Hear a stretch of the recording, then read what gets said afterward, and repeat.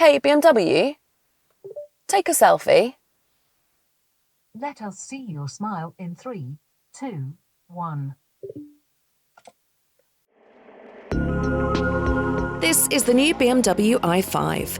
It joins the likes of the i4, i7, iX1, iX3 and iX in BMW's fully electric lineup and will sit alongside the next generation internal combustion-powered 5 Series. Can it convince exec saloon buyers to go EV? Let's find out. BMW's current electric lineup covers most bases, but the i5 will slot very nicely between the i4 and i7 saloons, giving executive buyers the option for an all-electric car that says things are going all right at work. What about the exterior? Design-wise, it's got all the details you'd expect from a modern BMW, albeit with a twist or two.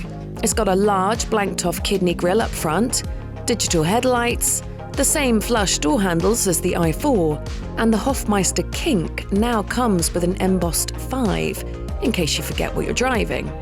There are black side skirts to presumably hide some visual weight, and 2 character lines to draw your eye along the car.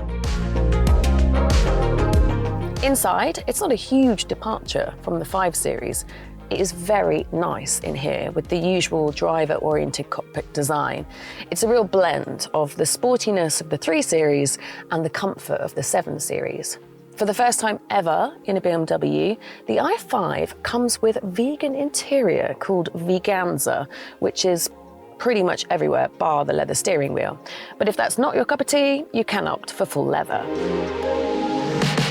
Then there's this sleek curved display screen which has both the driver display and the central unit, which controls pretty much everything. So it has the main menu on here, navigation and the games, which uses the Air Console platform and has literally hundreds of games. The i5 has a version of the interaction bar found on the i7. This is a long, thin ambient light bar which can change colour depending on the drive mode or to alert the driver of danger. Below this is a separate bar, giving you quick access to vent controls, demisting and hazard lights. There are 2 powertrain options.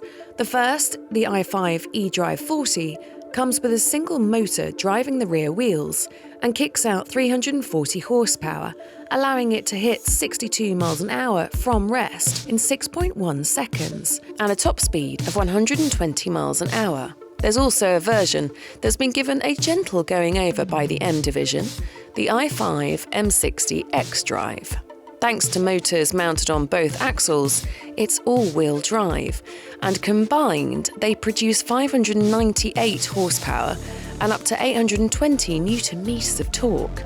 BMW says it'll manage 0 to 62 in 3.8 seconds before climbing to 143 miles an hour.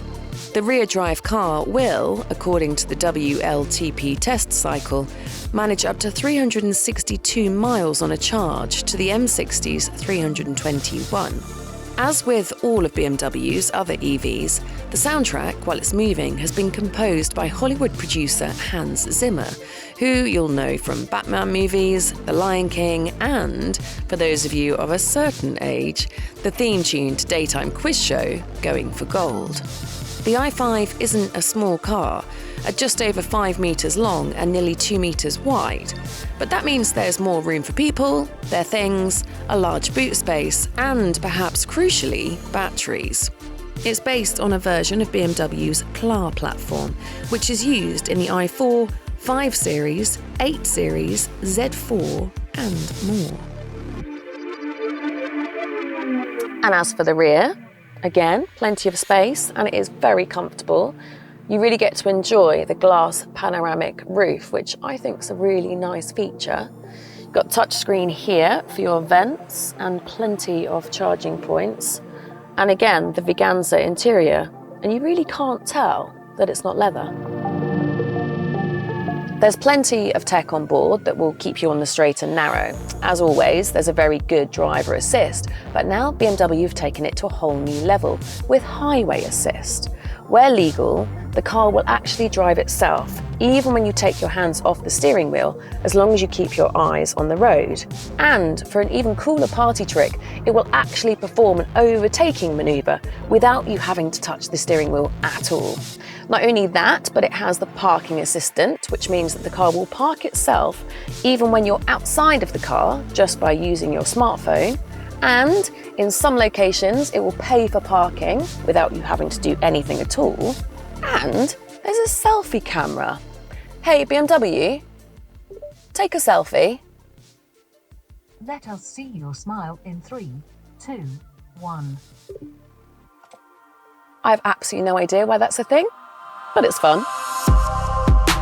As for charging, the i5 can be recharged from 10% to 156 kilometers of range in 10 minutes from a DC fast charger. The i5 is also BMW's first car to use the plug and charge function, which means that at certain public charging stations, you can simply plug in and charge without having to mess around with payment cards or subscriptions. The i5 is an important car for BMW because it has 2 jobs to do.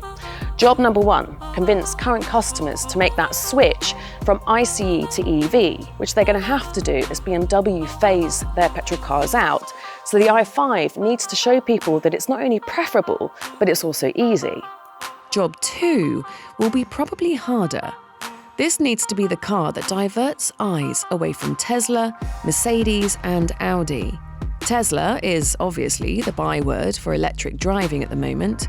It popularised them, made EVs aspirational, and has legions of loyal fans.